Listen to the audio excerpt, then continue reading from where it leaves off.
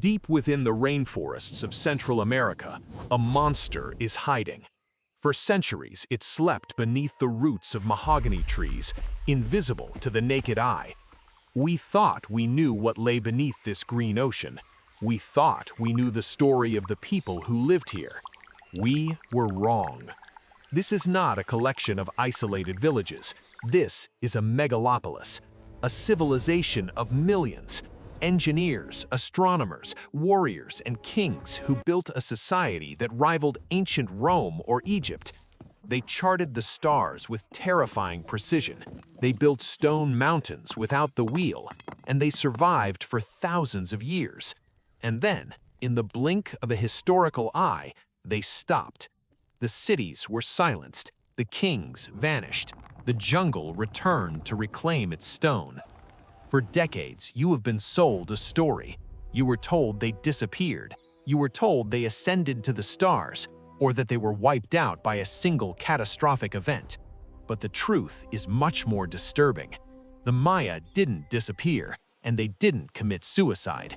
They were pushed to the brink by a combination of forces that look terrifyingly familiar to our world today. Today, we are peeling back the canopy. We are going to use groundbreaking laser technology to reveal the invisible scope of their empire.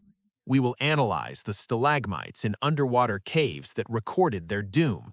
And we will answer the question that has haunted archaeology for a century. How does a superpower simply stop? To understand the collapse, you first have to understand the scale of what was lost. Until recently, archaeology in the Maya world was slow, brutally slow. You hiked for days, you hacked at vines, and if you were lucky, you found a mound of dirt that might be a temple. Because of this difficult terrain, historians assumed the Maya were a sparse people, small city-states, slash-and-burn farmers living in harmony with the forest, a Garden of Eden civilization. But in 2016, a consortium of researchers did something radical. They flew a plane equipped with LiDAR, light detection and ranging, over 800 square miles of the Maya Biosphere Reserve in Guatemala. LiDAR works by firing billions of laser pulses at the ground. It ignores the trees and maps the earth beneath. When the data was processed, the researchers didn't just see the ground, they saw ghosts. The results were shocking. It wasn't a sparse collection of cities, it was a continuous suburban sprawl. They found 60,000 previously unknown structures, houses, palaces, fortifications, and elevated highways called sakbiab, connecting cities like a modern interstate system. This changed everything. We had to rewrite the population estimates overnight. We weren't looking at a few million people. We were looking at a population density comparable to modern-day Los Angeles, flourishing in a tropical environment that is notoriously difficult to farm. This revelation is crucial because it turns the mystery of the collapse into a math problem, a terrifying math problem. How do you feed 10 to 15 million people in a rainforest with poor soil, unpredictable rain, and no beasts of burden? No cows, no horses, no oxen, just human muscle and ingenuity. The LiDAR scans revealed the answer. They terraformed the landscape. They drained swamps. They built massive terraced fields. They turned the jungle into a machine for producing food. It was an engineering marvel. But an engineering marvel is a fragile thing. When you engineer nature to its breaking point, you leave yourself with zero margin for error. And as the 9th century approached, the Maya were about to run out of margin. There is another myth we need to dispel, the myth of the peaceful Maya. For a long time, scholars, projecting their own desires for a utopia, believed the Maya were peaceful astronomer priests, obsessed only with time and the stars. They thought the cities didn't have walls. LiDAR killed that myth too. The scans revealed massive fortresses, watchtowers, and defensive walls stretching for miles. This was a society locked in a state of perpetual, brutal warfare. But this wasn't just squabbling over borders. This was a Game of Thrones-style struggle for total domination. Enter the Kanul dynasty, the Snake Kings. Based in the massive city of Calakmul, they were the superpower of the Classic period. Their rivals? The Lords of Tikal. These two superpowers trapped the Maya world in a proxy war that lasted for centuries. But something changed in the late 8th century. The warfare shifted from ritualistic capture, where you kidnap a king to sacrifice him, to total war. They started burning cities to the ground. They slaughtered civilians. They destroyed the very agricultural terraces that fed the population. At the city of Dos Pilas, we find evidence of a desperate end. The beautiful carved stone steps were ripped up and hastily reassembled into a crude defensive barricade. Imagine ripping up the steps of the Lincoln Memorial to build a bunker. That is the smell of panic. As the population peaked, resources became scarce. The interstate system found by LiDAR became a highway for armies. When you have too many people and not enough food, neighbors stop being neighbors. They become targets. But war alone rarely kills a civilization this big. Humans are resilient. We can survive war, unless nature turns against us at the same time. The Maya had a fatal flaw, a geological Achilles heel. Most of their great cities in the north were built on limestone bedrock. Limestone is like a sponge. When it rains, the water doesn't stay on the surface. It seeps straight down into underground caves. There were very few rivers in the Maya heartland. To survive, they built massive reservoirs, city-sized tanks to catch the rain. Their entire civilization was a bet that the rain would come. For centuries, the rain gods were generous. The population boomed. The bets paid off. But then, the climate shifted. We don't need a time machine to know what happened. We have chemistry. Scientists drilled sediment cores from the bottom of the Great Blue Hole and analyzed stalagmites from caves in Belize. These rocks are climate diaries.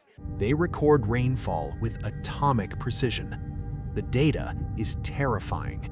Between 800 AD and 1000 AD, the region was hit by a mega drought. Rainfall dropped by nearly 70%. And it wasn't just one dry summer. It was wave after wave of drought, lasting decades at a time. Remember the math problem? You have 15 million people. You have stripped the forest to plant corn. You have engineered the water supply to depend entirely on reservoirs. Now the reservoirs are turning into mud. The lithic mulching and terraced farming, techniques that worked for centuries, suddenly failed. The crops died. And when the crops die in a society that dense, hunger sets in within days. But the drought did more than kill the corn. It killed the gods. The Maya political system was a divine monarchy. The king, the Kul Ajau, wasn't just a ruler, he was the conduit between the mortal world and the heavens. His primary job description was simple: keep the cosmos in order, bring the rain. They performed elaborate blood sacrifices to please Chak, the rain god. The deal was, I bleed, you reign. But for 100 years, the king bled, and the sky remained blue. Imagine the psychological impact.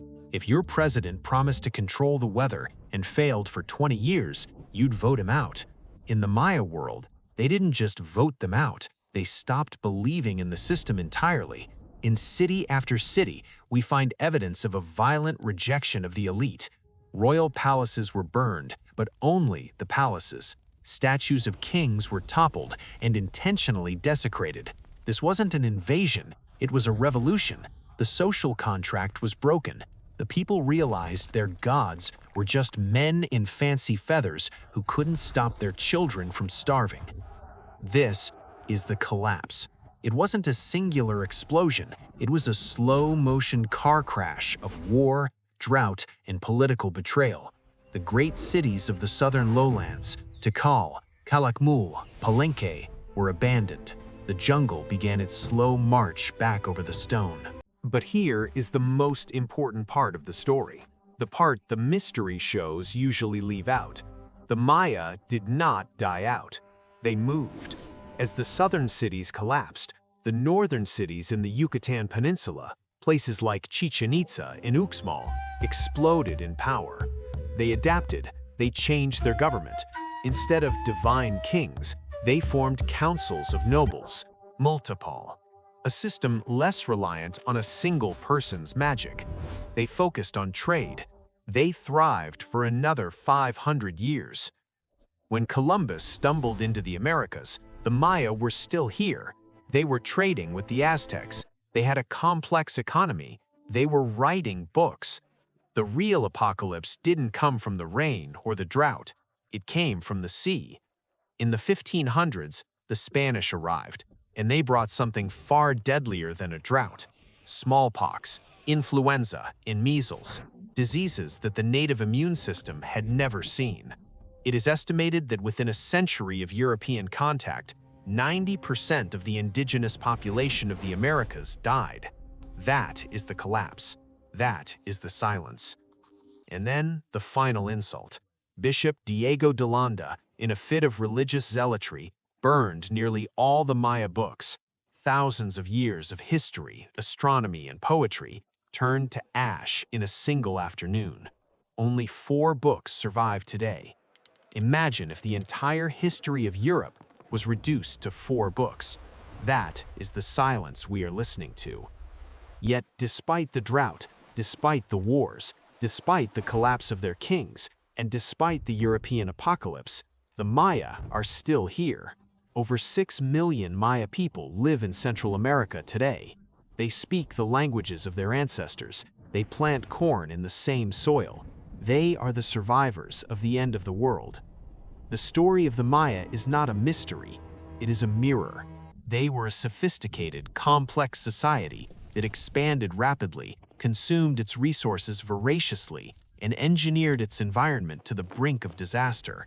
They ignored the changing climate until it was too late. They fought wars for dominance while their foundation crumbled. We look at the ruins of Tikal and see a graveyard, but we should see a warning. No civilization is too big to fail. Not theirs, and certainly not ours. The jungle is always waiting. If you want to know what happened to the other great civilizations that history forgot, click this video right here. The truth is always stranger than the myth.